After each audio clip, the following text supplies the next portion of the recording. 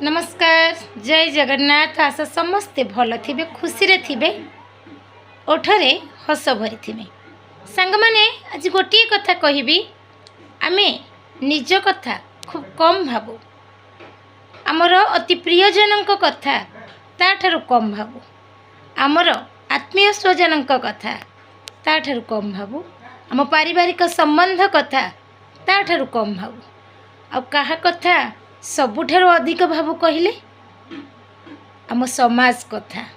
जो समाज आम दुखरे केबे समभागी होई थाए ना आम सुखरे केबे हसी देई थाए, किंतु आमे माने एते उरिडता पे हे जाऊ जे आम समाज कौन कहिबो, आम समाज रे हमर परिचय कौन रहिबो।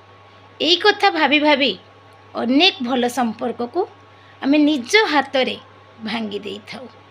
ठीक कहली ना? जय जगन्नाथ।